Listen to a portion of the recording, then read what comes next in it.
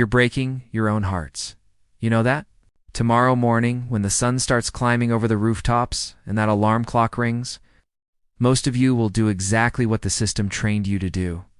You'll drag yourself out of bed, shuffle into the kitchen, and pour yourself a bowl of sugar. Maybe it's cereal from a colorful box. Maybe it's a pastry wrapped in plastic. Maybe it's pancakes soaked in syrup, and you'll call it breakfast. My name is Arthur Hale, and I'm 95 years old. I've watched the world change for nearly a century. And one of the strangest things I've seen is how people turn the first meal of the day into something closer to dessert. People repeat the same phrase over and over. Breakfast is the most important meal of the day. They say it like it's ancient wisdom, like it came from nature itself.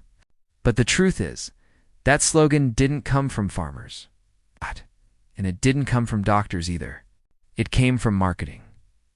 A long time ago, food companies realized something simple. Real food from farms doesn't last forever on shelves. Eggs spoil. Meat needs refrigeration.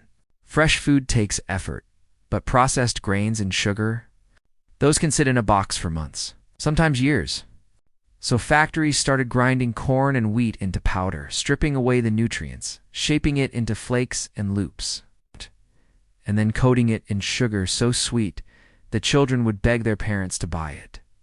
Then they filled newspapers and radio shows with advertisements telling families this was the modern way to eat breakfast. And little by little, people believed it. But when I was a boy, mornings looked different. Breakfast wasn't sweet. It wasn't colorful. It wasn't designed in a laboratory. If you woke up hungry, you ate real food. Maybe a couple of eggs. Maybe leftover meat from supper. Maybe a slice of bread with butter. It was simple. It was filling. And it kept you going for hours. Here's something most folks don't realize. When you wake up in the morning, your body is still finishing the work it started overnight. While you sleep, your body repairs cells, balances hormones, and clears out waste. But when the first thing you eat is a bowl of sugar, that natural process comes to a screeching halt. Your blood sugar spikes. Your pancreas rushes to release insulin. Your energy shoots up for a moment, then crashes. By early afternoon, your head feels foggy, your eyes get heavy, and your stomach starts growling again. So what do people do? They reach for another snack, another packaged product, another hit of sugar. And just like that, the cycle repeats. Now, I'm not here to tell anyone how to live their life, but I can tell you what I've done for years. The first thing I drink when I wake up is a big glass of warm water with a small pinch of sea salt. It wakes the body up gently and helps rehydrate after a night of sleep. After that, I listen to my body. Some mornings, I just drink a cup of black coffee and wait until later in the day to eat. Giving your stomach a little time to rest can do wonders. But if I wake up truly hungry, I don't reach for sweets. I eat protein.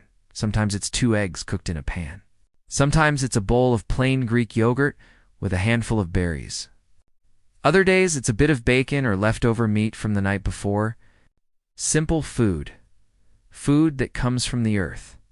When you start your morning with real nourishment instead of sugar, something interesting happens.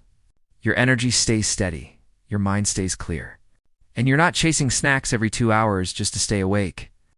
The modern food system thrives on convenience and addiction. Sugar keeps people tired and hungry. And tired, hungry people keep buying more products. But you always have a choice.